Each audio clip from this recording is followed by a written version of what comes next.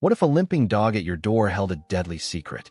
When a German Shepherd arrives with an injured puppy at Sarah's isolated Montana ranch, it triggers a dangerous chain of events exposing corruption that threatens an entire town.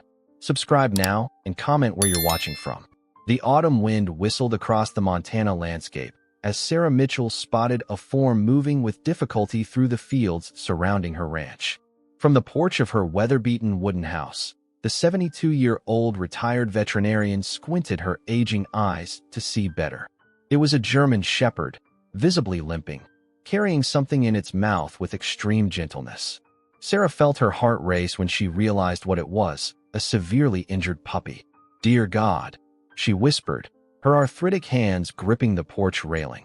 She hadn't practiced veterinary medicine since Robert's death 5 years ago, when the grief had stolen both her husband and her purpose. The dog approached cautiously, amber eyes fixed on Sarah with an intelligence that transcended language. Blood matted the puppy's golden-brown fur, and Sarah could see its tiny chest struggling to rise with each breath. "Easy there," Sarah called softly, slowly descending the stairs. "I won't hurt you." The mother dog stood her ground, assessing Sarah with wary determination. Finally, as if making a decision, she carefully placed the puppy on the ground at Sarah's feet and took a step back, eyes never leaving the elderly woman. "You want me to help?" Sarah asked, her voice cracking. Her medical instincts, dormant for years, suddenly flared to life. The ranch had once been bustling with activity, a small animal hospital where Sarah and Robert had treated the community's beloved pets.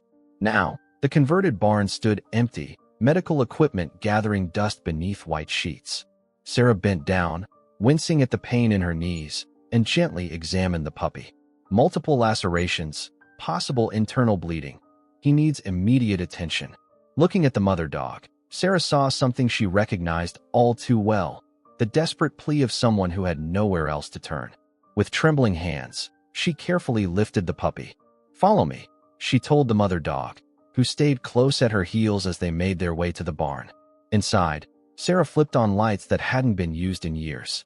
She placed the puppy on the examination table and pulled off the protective covers from her equipment. "Been a while since I've done this," she murmured, washing her hands at the sink. The mother dog paced anxiously, watching Sarah's every move. Sarah's fingers trembled as she prepared medications and surgical tools. "I'm not sure I can do this anymore," she whispered to herself.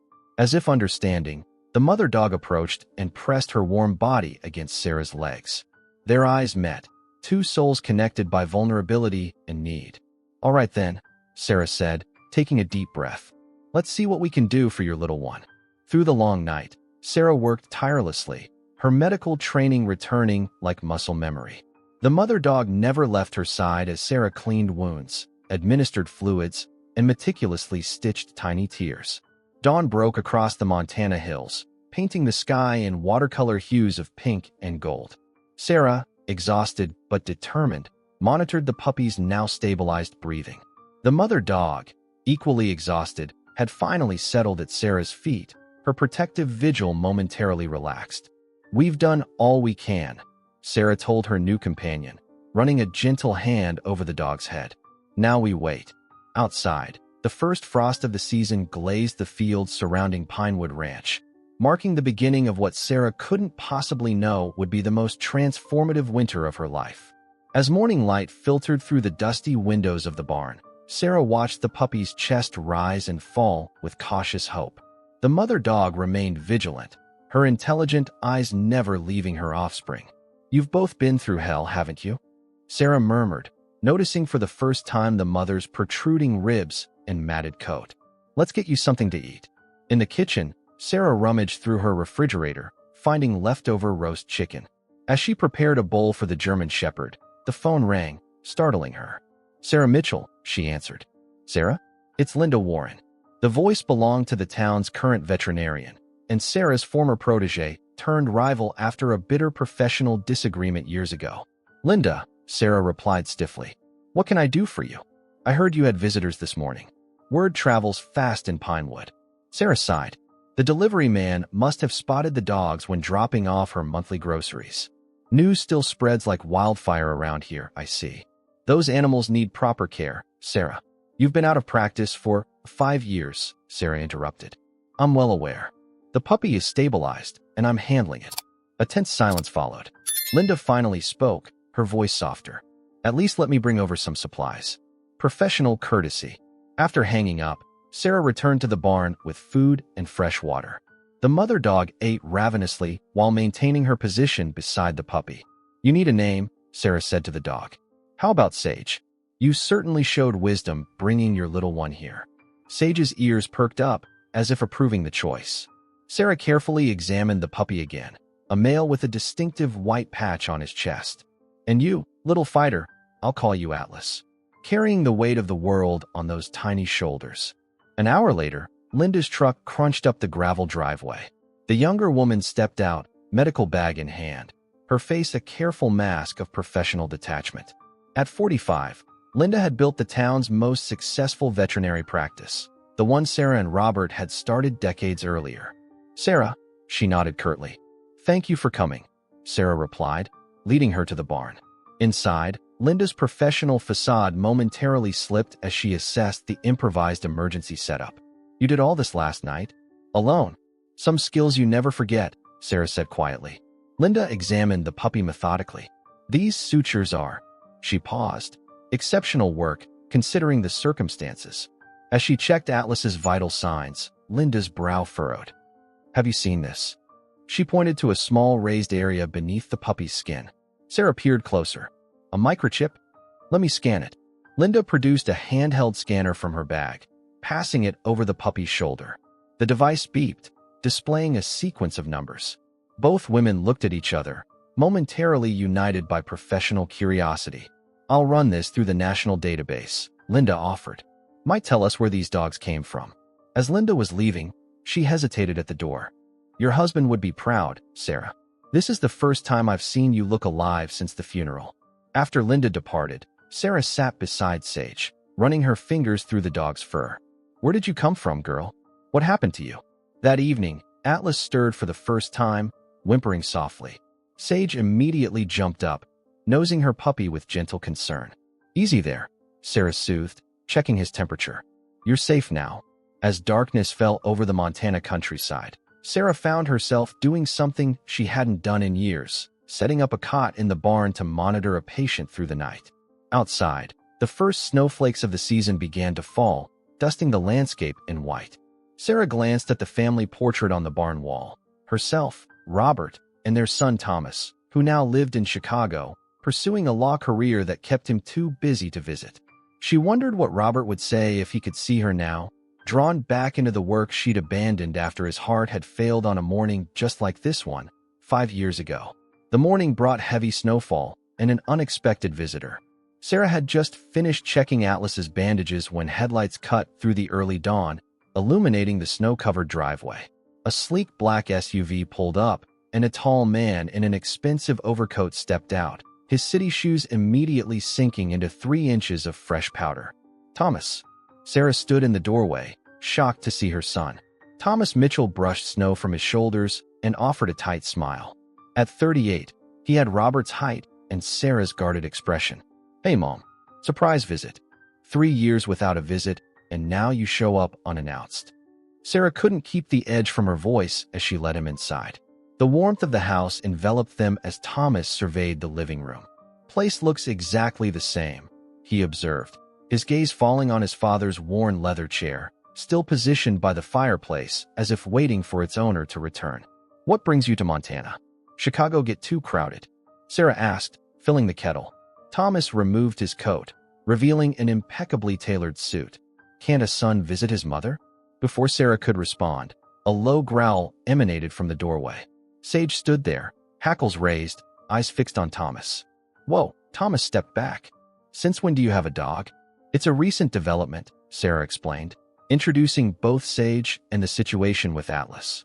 As she spoke, Sage circled Thomas warily, sniffing his expensive shoes and pant legs. Thomas's face paled slightly. This dog just showed up yesterday? With an injured puppy? Something in his tone made Sarah pause. Yes. What? No reason, he said quickly. Just surprised you've returned to veterinary work. Over coffee, Thomas explained he'd taken a sabbatical from his law firm, claiming burnout.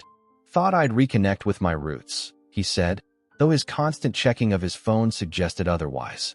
You've never cared about roots before, Sarah remarked. What's really going on, Thomas? Their conversation was interrupted by Linda's return. She entered with purpose, face grave. Sarah, we need to talk. That microchip. She stopped abruptly upon seeing Thomas. Oh, I didn't realize you had company. My son, Thomas, Sarah introduced. Thomas, this is Dr. Linda Warren. Recognition flashed across Thomas's face. The one who took over Dad's practice. Linda's expression tightened. Your mother gave up the practice, Mr. Mitchell. I didn't take anything that wasn't offered. Sarah intervened. What about the microchip, Linda?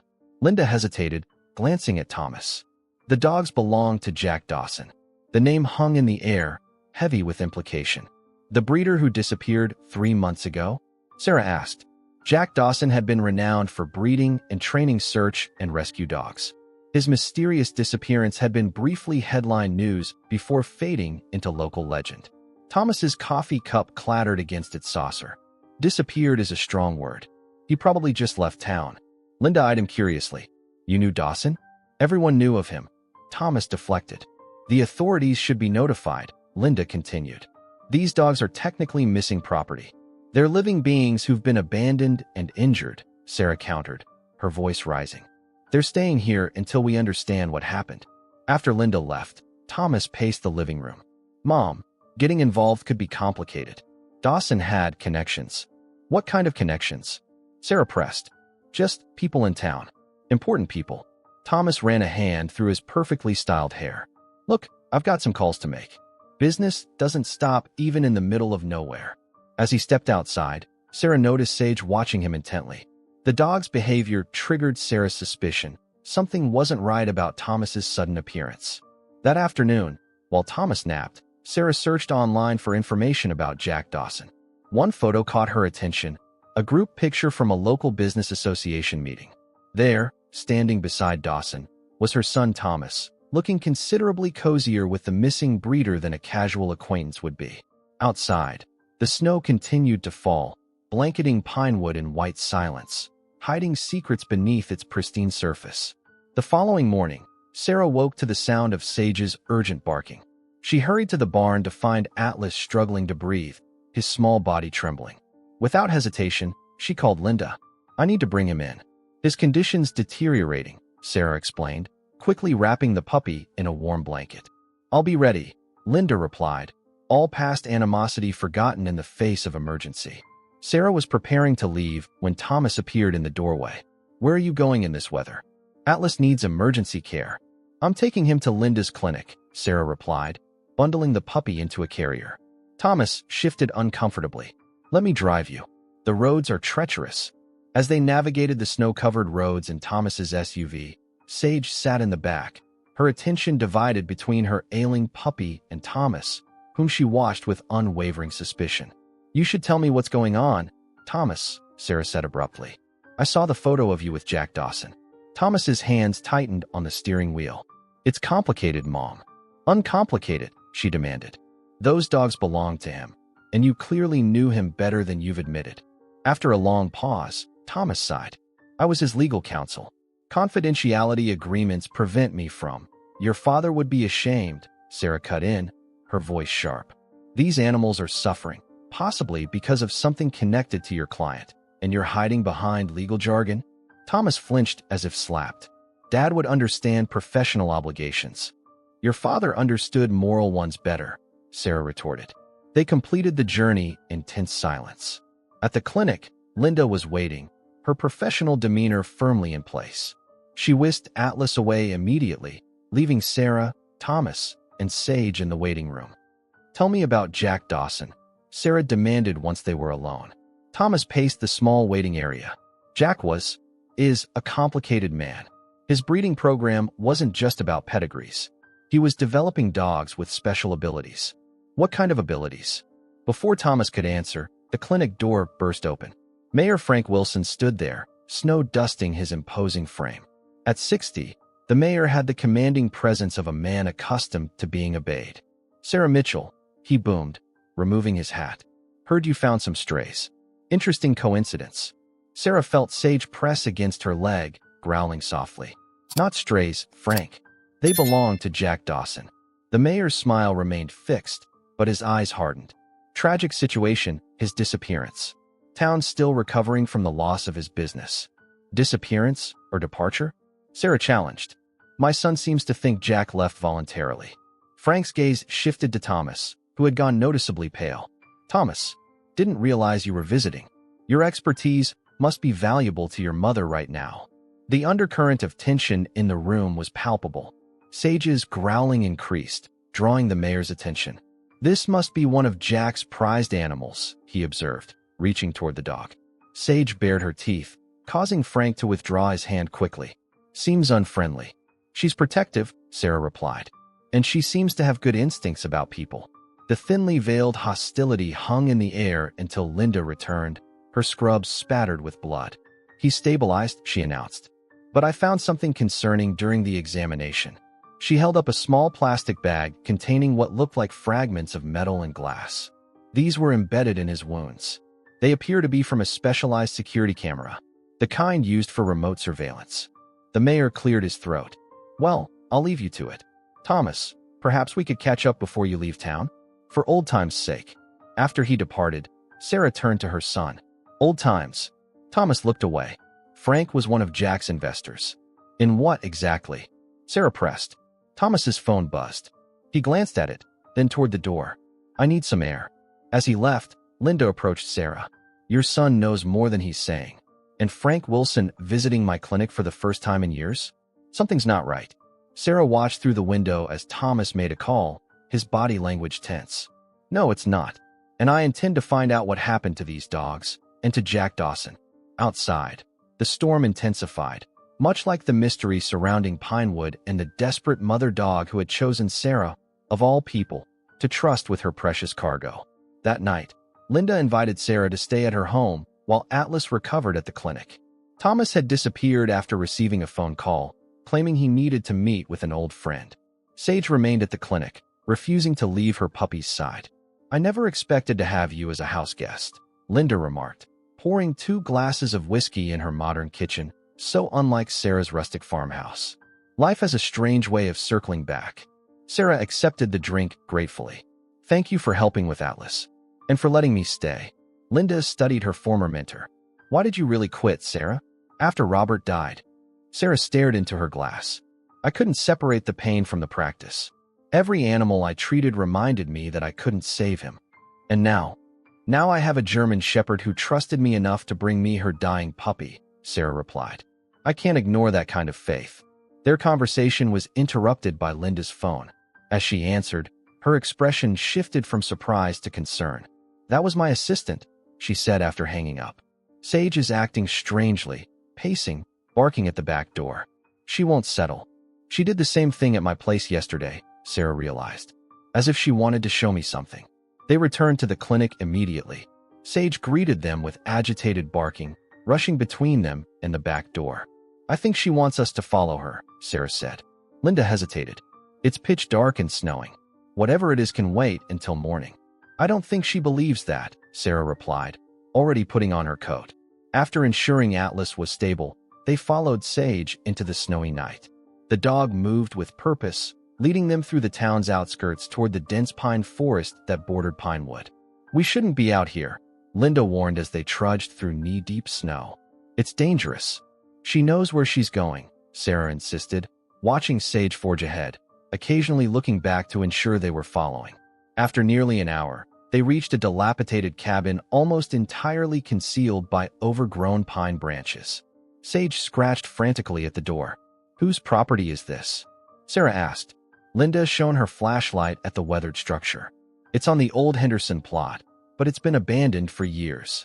When they pushed open the door, the beam of Linda's flashlight revealed a startling sight. 5 small puppies huddled together on a dirty blanket, clearly from the same litter as Atlas. They were emaciated but alive, whimpering at the sudden light. My God, Linda breathed.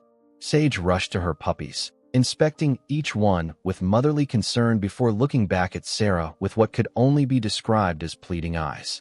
She brought Atlas to me because he was the most severely injured, Sarah realized. She couldn't move all of them. As they gathered the puppies, Linda noticed something in the corner. A broken camera, identical to the fragments they'd found in Atlas's wounds. Someone was monitoring them, Linda said grimly.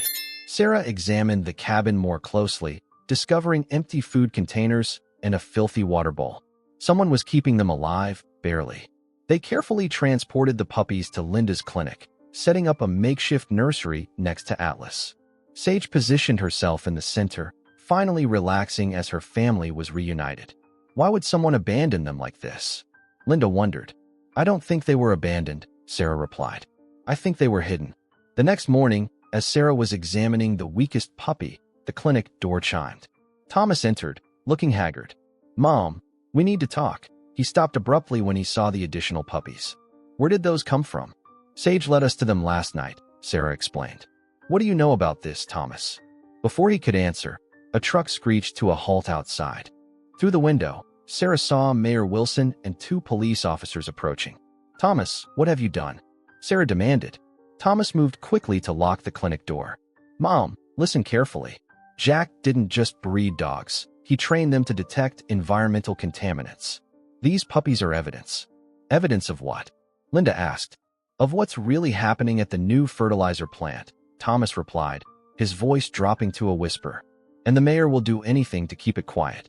As pounding began on the door, Sarah realized the quiet life she had been living since Robert's death was about to become very complicated indeed. The pounding on the clinic door grew more insistent as Sarah, Linda, and Thomas huddled near the examination room with Sage and her puppies. Open up, Dr. Warren. Police, a voice commanded from outside. Linda stepped forward, but Thomas grabbed her arm. Wait. Once they come in, everything changes. We can't just barricade ourselves in here, Linda hissed. Sarah turned to her son, eyes steely with determination. Tell us everything. Now. Thomas ran his hands through his disheveled hair. Jack discovered the new fertilizer plant was dumping illegal chemicals into the groundwater. He trained his dogs to detect these toxins. It was part of a special program he developed with. He hesitated, looking at Sarah, with Dad. Robert, Sarah's voice faltered. That's impossible. They worked together for years, Thomas continued. Dad was developing medical techniques for the search and rescue dogs while Jack trained them. When Jack found contamination in the water supply, he reached out to me for legal advice. But before we could build a case, he disappeared. And you didn't think to mention this? Sarah's voice rose with anger. I was trying to protect you. Thomas protested. These people are dangerous. They've invested millions in that plant. Jack left his dogs behind because he had to flee immediately. The banging on the door stopped abruptly, followed by the jingling of keys. They have a master key, Linda realized. Sarah made a split-second decision. Thomas, take Linda and go out the back. Take all the evidence you can, the camera parts, the puppy's blood work. What about you? Thomas asked. I'm staying with the dogs, Sarah replied firmly. They won't hurt an old woman in broad daylight. Mom. Thomas began, but Sarah cut him off. Go. Find Jack if you can. We need his testimony. As Thomas and Linda slipped out the back with crucial evidence, Sarah unlocked the front door. Mayor Wilson burst in, flanked by police officers. Sarah Mitchell, he smiled thinly. Obstructing a police investigation is a serious offense.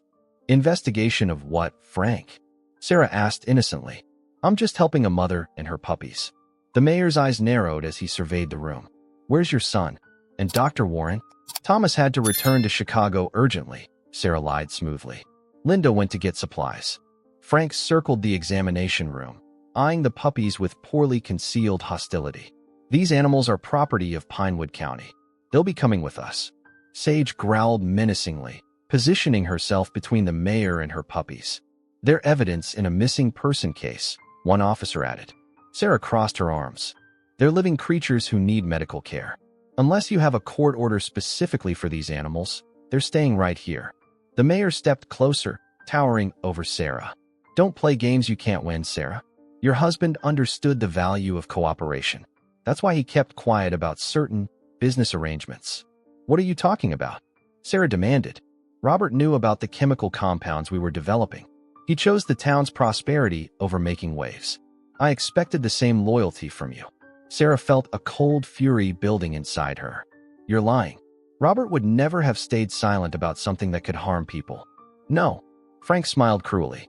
Why don't you check that old safe in your barn? The one Robert kept his important papers in. You might be surprised by what you find. After a tense standoff, the mayor and police finally left, promising to return with the necessary paperwork. Once alone, Sarah collapsed into a chair, shaking with rage and confusion. Could Robert have known about the contamination? Had he really chosen silence? Sage patted over, resting her head on Sarah's knee. In the dog's amber eyes, Sarah found a resolve that strengthened her own. "We're not giving up," she whispered to Sage, stroking her fur. "Whatever the truth is, we'll face it together."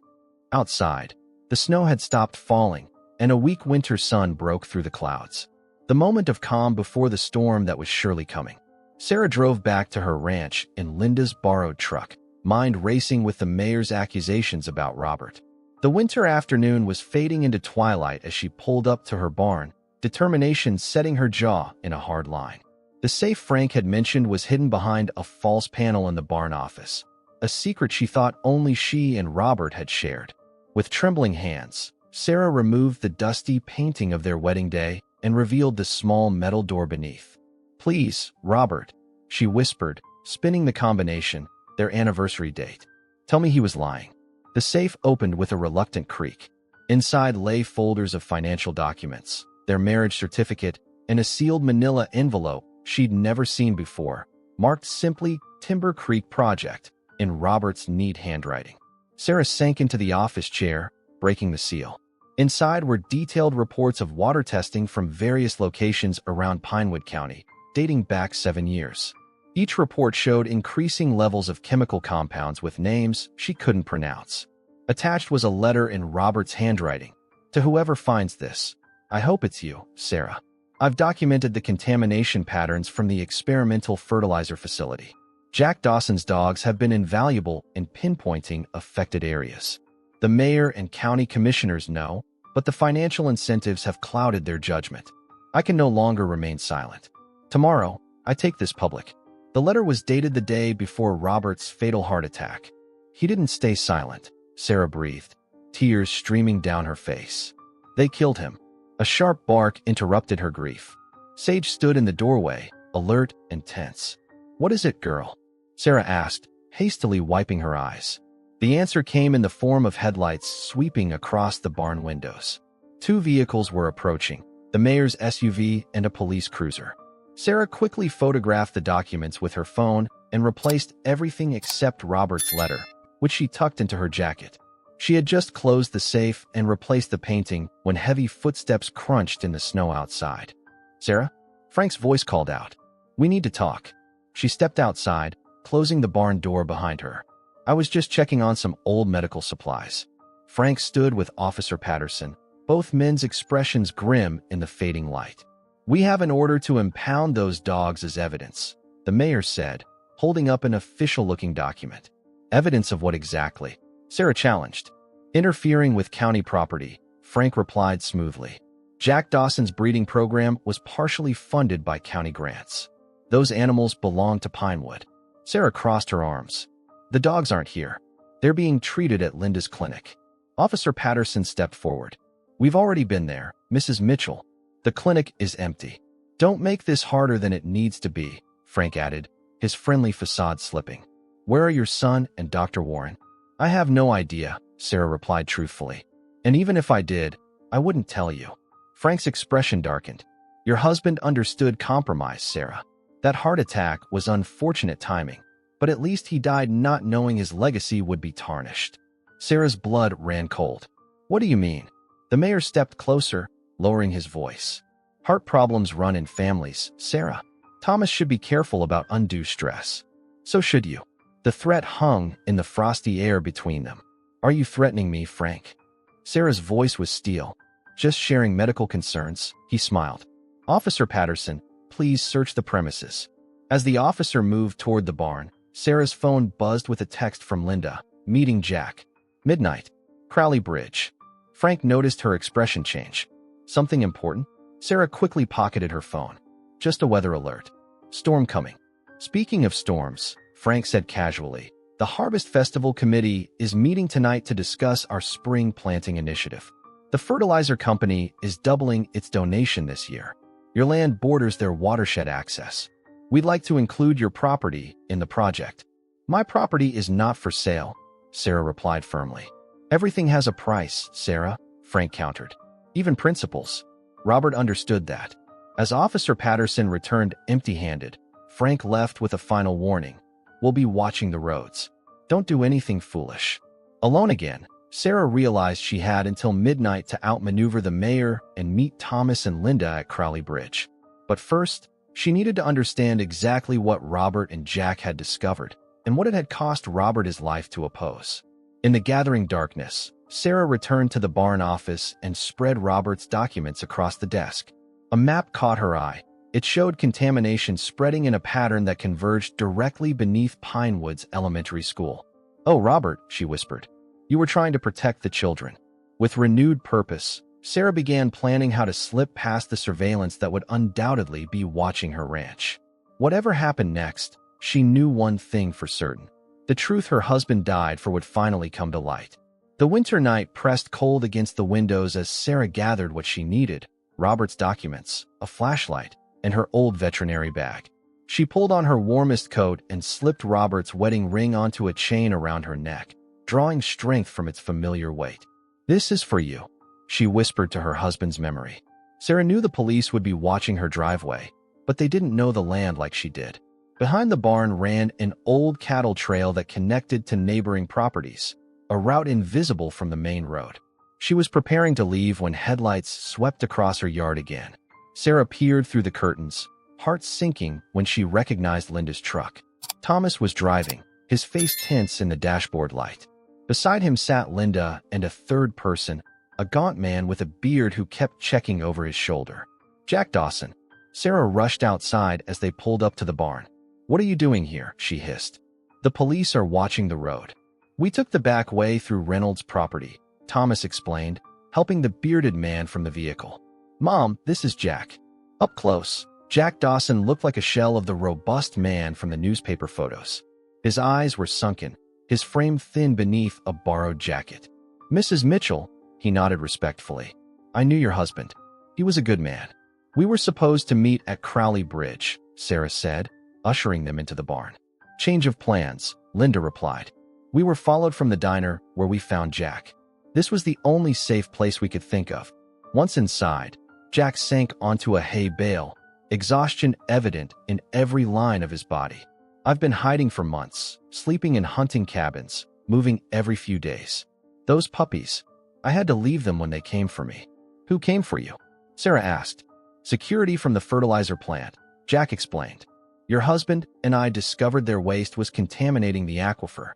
The day we were going to present our findings to the state environmental agency, Robert." His voice broke. "The next morning, 2 men tried to run me off the road. I've been in hiding ever since." "They didn't just let Dad die," Thomas added grimly. "I've been investigating for months." The timing of his heart attack was too convenient. Sarah felt a cold certainty settle in her stomach. Frank mentioned Robert's heart problems today, like it was a warning. "The mayor's deeply involved," Jack confirmed. "The fertilizer company is using experimental compounds that accelerate growth but leach into groundwater. The profits are enormous, but the health implications." He shook his head. "I trained my dogs to detect the chemical signature. They're the only proof I have that the contamination extends beyond the plant's property." Sarah retrieved Robert's documents from her pocket. Not the only proof. Robert kept records. As they pored over the maps and test results, Linda's phone buzzed with an alert. "They've blocked all roads out of town," she reported. "The official story is precaution due to weather conditions." "We need to get these documents to the state environmental office in Helena," Jack insisted. "It's our only chance." A sudden bark from outside made them all freeze. Sarah peered through a crack in the barn doors and saw Sage racing across the snow-covered field, pursued by the beam of a flashlight. "They found the dogs," she gasped. Officer Patterson's voice carried through the night. "Stop that dog." Without hesitation, Sarah flung open the barn doors. "Sage. Here, girl." The German shepherd changed direction, bounding towards Sarah with something in her mouth. Behind her, Officer Patterson and another man were closing in. Sage reached Sarah first, dropping her cargo at her feet, a USB drive encased in waterproof material. The backup of all our findings, Jack breathed, recognizing it immediately. I hid it in the cabin where the puppies were. Officer Patterson approached, hand on his holster. Mrs. Mitchell, step away from that animal. She's my dog, Sarah replied, standing her ground. That animal is county property, Patterson insisted, and now you're harboring a fugitive. He gestured toward the barn, where Jack stood partially visible in the doorway. Thomas stepped forward. We have documentation of criminal negligence and environmental violations. If anything happens to us, copies will go to every news outlet in Montana. As the standoff intensified, more headlights appeared on the road. The mayor's vehicle pulled up alongside 3 police cruisers. Looks like we've run out of time, Linda murmured. Sarah thought quickly, years of decisiveness in emergency veterinary situations coming back to her. Thomas, take Jack and the evidence through the old root cellar. It connects to the creek bed. Linda and I will handle this. Mom. Thomas began to protest. Your father died for this truth. Sarah cut him off. Make sure it wasn't in vain. As Thomas and Jack disappeared into the barn, Sarah turned to face Frank Wilson and his entourage, Sage standing protectively at her side. Whatever came next, she was ready to fight. For Robert's legacy, for justice, and for the community her husband had died trying to protect. Sarah stood her ground as Mayor Wilson approached, his self-assurance wavering slightly when he noticed Jack and Thomas were nowhere to be seen. Where are they, Sarah? Frank demanded. This has gone far enough. What exactly has gone far enough, Frank? Sarah countered. The contamination of our water? The cover-up of my husband's death? Or your threats against my family? The mayor's face hardened as he signaled to the officers. Search the entire property. They can't have gone far. Linda stepped forward, holding up her phone. It's too late, Frank. While you were busy threatening elderly women, I've been live-streaming this entire conversation to the Pinewood Community Forum. Everyone in town is watching right now. The mayor's face paled as he snatched the phone from Linda's hand, only to find she was telling the truth. The red recording light blinked steadily, and comments from shocked townspeople were scrolling across the screen. This proves nothing, Frank sputtered, handing the device to Officer Patterson. Turn it off. Actually, Sarah interjected, it proves intent to obstruct justice. And combined with these, she pulled out Robert's documents. It tells quite a story. Frank's composure cracked. Those papers are county property. Robert was working under contract. My husband was working to save lives, Sarah corrected, her voice rising with conviction. You chose profits over people. And when he threatened to expose you, what happened, Frank? Did you make sure he suffered that heart attack? A new voice joined the confrontation. Mayor Wilson arranged for Robert's blood pressure medication to be tampered with. Everyone turned to see Police Chief Grant emerging from one of the cruisers, his weathered face grim with resolve. Daniel, what are you doing? Frank hissed. My job, finally, the chief replied, approaching Sarah. Mrs. Mitchell, I've spent 3 years living with what I know. Your husband's death wasn't natural. The mayor had the pharmacist replace his medication with something that would trigger a cardiac event in someone with his condition. A collective gasp rose from the officers present. Frank lunged toward his vehicle, but 2 officers immediately blocked his path. You're under arrest, Frank, Chief Grant announced, nodding to his men, for conspiracy to commit murder, environmental crimes, and about a dozen other charges once the state investigators finish going through the plant's records. As the officers handcuffed the sputtering mayor, Sarah felt a lifetime of grief and tension begin to uncoil within her chest. Sage pressed against her leg, offering silent support. Why now? Sarah asked the chief quietly. After 3 years? Chief Grant's eyes reflected years of carried guilt. Because of you, Sarah. When you started asking questions and taking in those dogs, people started talking. The fertilizer company's been making people sick for years, but nobody would connect the dots. Then your dog led you to those puppies, and the evidence couldn't be ignored anymore. By dawn, state environmental officials and FBI agents had descended on Pinewood. The fertilizer plant was shut down, and workers in hazmat suits were collecting samples from the watershed. Thomas and Jack had emerged from hiding once the chief confirmed it was safe, bringing the USB drive's contents to the authorities. In Linda's clinic, Sarah sat beside Atlas, who was finally strong enough to join his siblings. The puppies were thriving under their combined care, with Sage maintaining her watchful vigil. "What happens now?" Linda asked, handing Sarah a cup of coffee. Sarah gazed at the morning light streaming through the window. "Justice for Robert. Healing for Pinewood." She scratched behind Sage's ears. "And a new purpose for me, I think." Thomas entered with Jack, both men exhausted but triumphant. "Mom, the FBI agent wants to talk to you about Dad's research. They're saying it could be groundbreaking for environmental protection nationally." Jack knelt beside Sage, his eyes moist with gratitude. "She remembered everything I taught her. Finding help, retrieving the evidence. She's extraordinary. She chose the right person to trust." Thomas added, looking at his mother with newfound respect. As the morning sun illuminated Pinewood, the truth Robert Mitchell had died protecting was finally coming to light. For Sarah, the path ahead was becoming clear. She would honor her husband's legacy by continuing his work, with a remarkable German shepherd by her side. The small town of Pinewood would never be the same. But as Sarah watched Sage gently nurturing her puppies, she knew that sometimes it took breaking apart to build something better. And sometimes, healing began with the simple act of opening a door to a desperate mother on a cold autumn morning. 6 months after that fateful autumn morning, Pinewood Ranch had transformed.